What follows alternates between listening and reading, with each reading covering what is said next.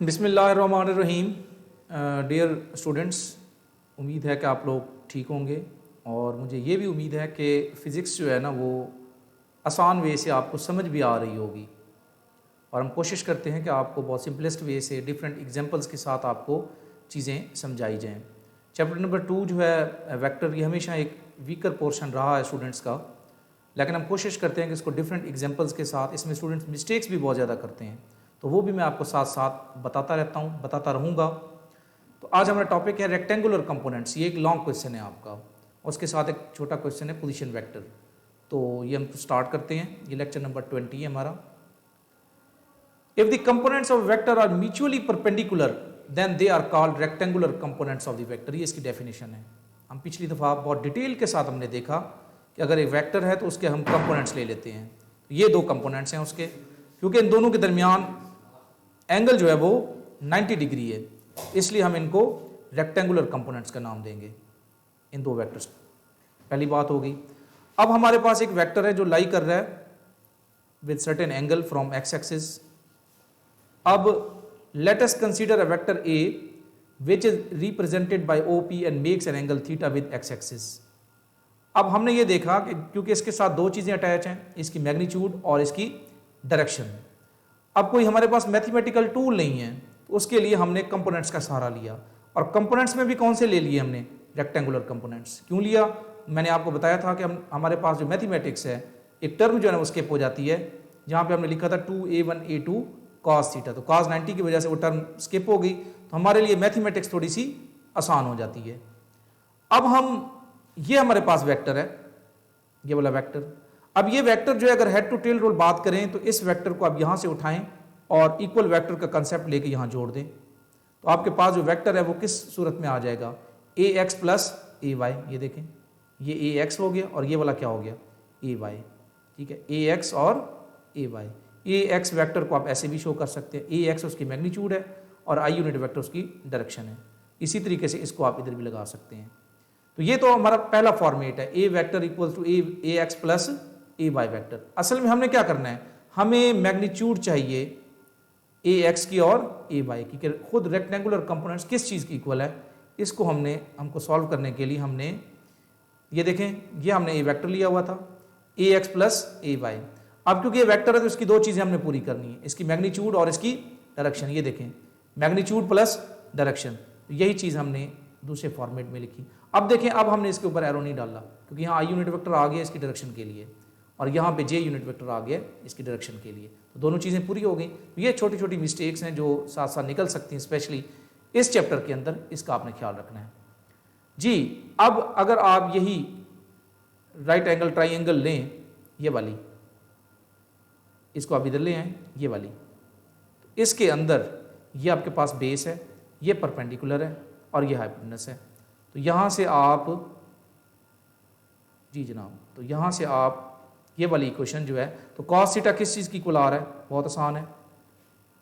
अगर cos theta की आपने वैल्यू निकालनी है तो ये ax है और ये a है, बेस और hypotenuse.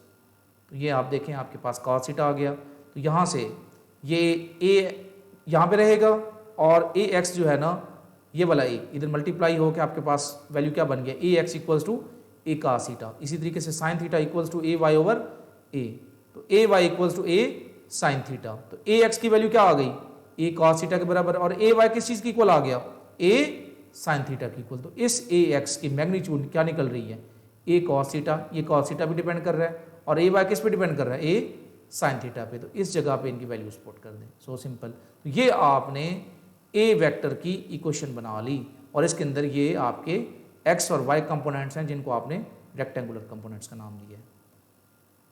Last point, determination of vector from the rectangular components. इसका मतलब है वेक्टर को हमने डिटरमाइन करना है किसकी मदद से? रेक्टेंगुलर कंपोनेंट्स की मदद से। अब वेक्टर को डिटर्मिनेशन का क्या मतलब है? इसका मतलब है वेक्टर की दो चीजें हमने मेजर करनी है, उसकी मैग्नीट्यूड और उसका एंगल, जहां से उसका डायरेक्शन के बारे में आपको इंफॉर्मेशन मिलेगी। So simple. अगर आप इसी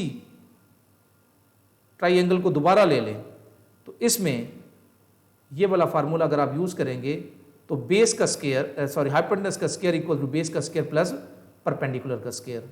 यहाँ से आप ये क्वेश्चन भी लिख सकते हैं जी। यहाँ पे ये क्वेश्चन आप लिखेंगे, ए का square equals to A X का स्क्वायर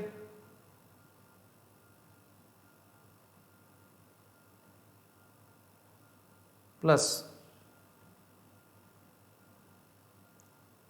ए वाई का स्क्वायर।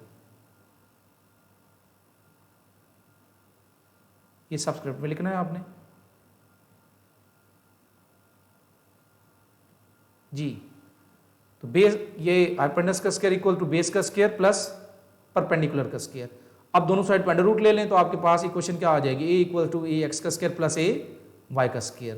तो इसका मतलब ये हुआ कि आप ए एक्स और ए वाई की वैल्यूज को पुट करके ए निकाल सकते हैं। ए क्या चीज है, मैग्नीट्यूड। तो इसका मतलब है वेक्टर की एक चीज आप मेजर कर सकते हैं, किसकी मदद से, ए एक्स और ए वाई की मदद से। तो ए एक्स और ए वाई क्या चीज है, रेक्टेंगुलर कंपोनेंट्स। तो यही बात हमने यहाँ पे की है कि वेक्टर को डिटरमाइन करते हैं किसकी मदद से, रेक्टेंगुलर कंपोनेंट्स की मदद से। तो वेक्टर की एक चीज मेजर हो गई। अब दूसरी चीज हमें एंगल चाहिए, तो इसी ट्राइएंगल से अगर आप tan थीटा लें तो किस चीज की इक्वल आ रहा है, ए वाई ओवर ए एक्स। तो थीटा किस चीज की इक्वल आ जाएगा, क्योंकि ये tan के साथ मल्टीप्लाई हो रहा है तो यहाँ पे क्या आ जाएगा, थीटा इक्वल्स टू इसकी पावर 1 है, इधर क्या बन जाएगा tan minus 1 A Y over A X. तो theta equal to tan inverse A Y over A X. अब A Y over A X again क्या चीजें हैं, रेक्टेंगुलर कंपोनेंट्स। तो रेक्टेंगुलर कंपोनेंट्स की वैल्यू पुट करें तो आपके पास थीटा आ जाएगा। रेक्टेंगुलर कंपोनेंट्स की वैल्यूज पुट करें तो आपके पास मैग्नीट्यूड आ जाएगी। तो मैग्नीट्यूड और थीटा, मैग्नीट्यूड एंड डायरेक्शन दोनों को मेजर करने के लिए आपको ए वाई और ए एक्स की जरूरत है, और इन्हीं को आपने क्या नाम दिया हुआ है, रेक्टेंगुलर कंपोनेंट्स का।